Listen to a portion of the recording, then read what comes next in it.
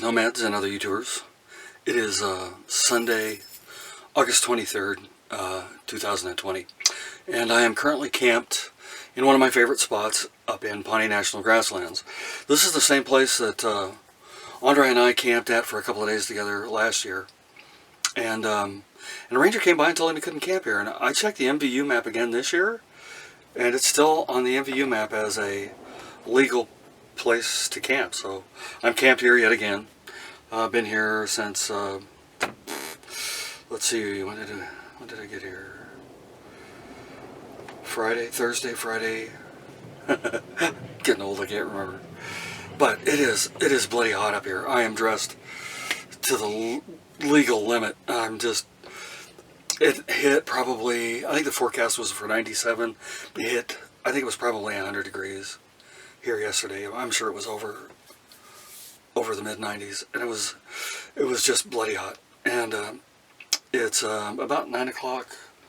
Oh no, it's 11 o'clock. Oh, it's almost lunchtime. Awesome. And it's warm already. It's probably up mid-80s, high 80s, and it's pretty uncomfortable. You know, every time I get to this place, I always think, you know, this is a time where I wish I had a generator and an air conditioner. So it kind of comes onto my list and then goes off, and then it goes onto my list, it goes off. But man, I don't know. If I could get enough solar put up to run an AC, I think I probably have one by now.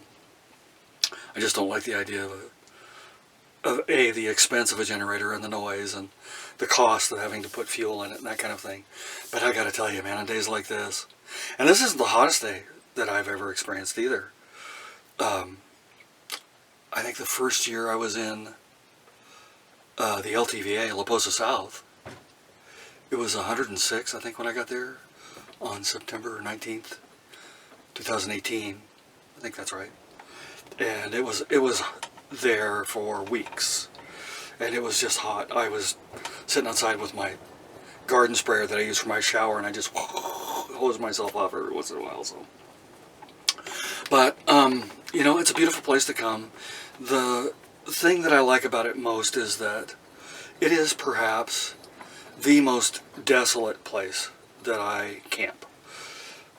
You still get people that will come by. There's, you know, a road out here that ranchers use, and people come out here to shoot, and sometimes they'll come out this road, but you know, it's pretty infrequent. On a weekend you might see a couple of vehicles a day. During the week you probably won't see any, maybe one every few days. And so, you know, I can do a 360 outside my camp and not see another soul out here. So I may do that again, and I'll show you kind of a perimeter. Don't have a whole lot of photographs. I've got a new drawing completed, and I'll try and weave that in here. And I've started another one here. Let me show you. Hang on a second. So I've started this one. I don't know if it'll focus on there. And so I've been trying to stay cool. I don't have them on right now because it messes with the audio so bad. But I've got fans that I'll turn on, and I've got a little mist journal into the fan, and it blows back onto me, and it goes from like 95 degrees down to 60 degrees for a millisecond. And that's been my NoMad air conditioner for the last 2-something years. I'm in my 3rd year. Can you believe that? So May 11th of 2018 is when the trailer was done, and I launched out full time. And I've been out ever since and loving it. I really love this lifestyle. It's getting more difficult. You know, there's some concerns about the LTVAs opening up this year down in Quartzsite. That's still up in the air. I think the latest thing I heard is that they think that the LTVAs will open up, but they're not sure that there will be facilities. Well, for me, that's kind of, you know, if there's no facilities, there's really no point in me being there. I need water and trash and all that stuff. So I don't know, this year may be a different year. I hope not, because I was planning on, you know, stashing away some cash to pay for some starts on the house up in Blanca Planning on camping there this year on the property in Blanca. And I keep thinking about, the purposes of that property and how to use it and all of that. And I know I want to build a house on it at some point, and I'd like to start on it sooner rather than later. And at least have a place where I can come and park the RV and stay for more than 2 weeks if I need to. But other than that, I want to have a garden, I want to grow my own vegetables and all that good stuff. But beyond that, it's still kind of a nebulous thing. I've got a design in my head and that kind of thing. I think one of you asked for, and I promised to show you a drawing of the floor plan. I apologize, I haven't done that yet. I've got some sketches, but nothing that I really want to show you. So I'm still working out what that floor plan is going to look like, and some of it will be driven by what the county of Costilla will and will not allow. So I'm still researching that stuff. If any of you out there are familiar with the building codes in Costilla County, Southern Colorado, then I'd love to hear from you. And are they really restrictive, or is it pretty easygoing? Can I use alternative building approaches and that kind of thing, or do you have to stick to kind of traditional building styles? And then a lot of that will drive what and how I do next steps. Three things that I know that I have to do. One is I need to clear a pad, so I'm hoping to rent a tractor here in the next few weeks and clear out some ground that will allow us to pull rigs on there and camp. And then I have to have a septic tank and a permanent water supply. So get those things in, and that's what I'm hoping to accomplish this season, if possible. Probably starting in the spring. So maybe this season is not accurate, but the next spring. So after winter in Quartzsite, coming back up to Alamos in the spring, have enough cash saved up to buy materials for septic and a cistern for water.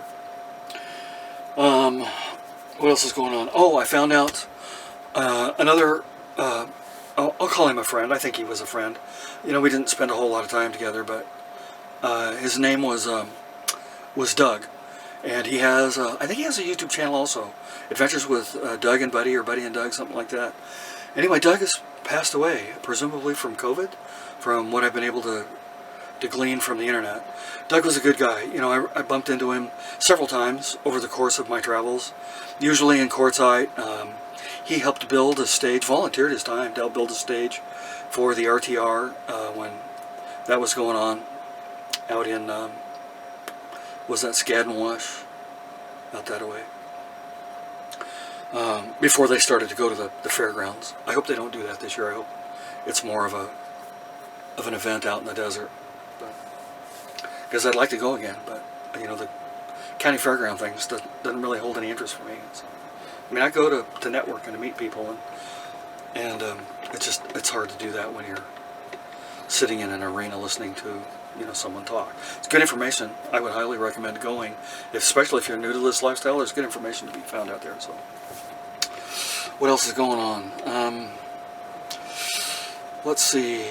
Shoulder's doing better. I can lift my arm, and my health is good. My blood pressure's been down. So life is good. And oh man, I really enjoyed staying up in Bumblebee this year. It's crowded, more crowded every year. More difficult to find camp spaces. People are showing up on Monday and Tuesday, and they'll throw a rig out there, or a tent, or a table, and essentially reserving it, and then they'll show up for the weekend. And the Forestry Service seems to have a mindset that they would like to just close everything. They'd rather not have to deal with people out there camping. And to me, that's, the forest is there for us to use. And I get the struggles. There's people that abuse it, and they are the minority, but they leave a trace. When they go, they leave the telltale sign that they were there and messed the place up. They drive their trucks through the meadows, and they just do stuff that, you know, is not conducive to the Forestry Service being willing to let us stay there. You know, they keep pressing the envelope. Eventually they're going to say, that's it, no more, we're going to close it. You can't come here anymore. And that would be a very sad day. But I hope that doesn't happen. So, you know, if you want to keep using these resources, take care of them. And, you know, I've gone so far as, you know, picking up other people's stuff. My sister tells me not to, sorry, Kathy. She tells me not to do stuff like that. Because you never know what's, you know, some of the microbes that can live on that stuff can live for a very long time. And some of them are pretty serious. So, you know, wear gloves, I guess. But even that is not foolproof. So it's a risk to pick up somebody else's trash. But, you know, I love camping there. And I'd hate to see it get closed. What they really need to do is open up more campsites so there's more space for people to come. Coeur d'Alene has just grown a lot. And, you know, that whole area has grown a lot. Property values have skyrocketed. I can't afford to buy up there anymore. I'd love to buy, but it's just too expensive. And, you know, so there's more and more people that are vying for the limited spaces that are available. And now they're taking to, you know, reserving sites by putting, you know, a rig or a camper on there, and you know, nobody else can use it because it appears to be occupied. And you know, somebody did that this year. They were parked, I think, across from Larry. Hi, Larry. Larry was camped out there. Got to see you. It was good to see you again, Larry. Hope to see you up in Quartzsite. And there was a guy camped across the meadow on it. It wasn't a legal place to camp, and the ranger gave him a ticket, $280. So, you know, they don't have a whole lot of manpower to enforce that stuff, but when they do, man, it's a painful fine. So, buddy, I guess that's all I've got. And so I'm gonna be here for a few days, probably leaving next Thursday and heading for the property down south. And probably going to camp in the same spot I camped at coming up underneath Blanca Peak, and then go into town and see if I can rent a tractor and then clear a pad on the property that I can pull my rig onto without getting stuck, because it's kind of sandy. It needs to be dealt with. And then if I can do that, then I can camp on my property for a couple of weeks, and then camp over on the BLM land for a couple of weeks and just go back and forth if I want to. Stay there for an extended period. Or at least until Quartzsite cools off and I find out what's going on there. So.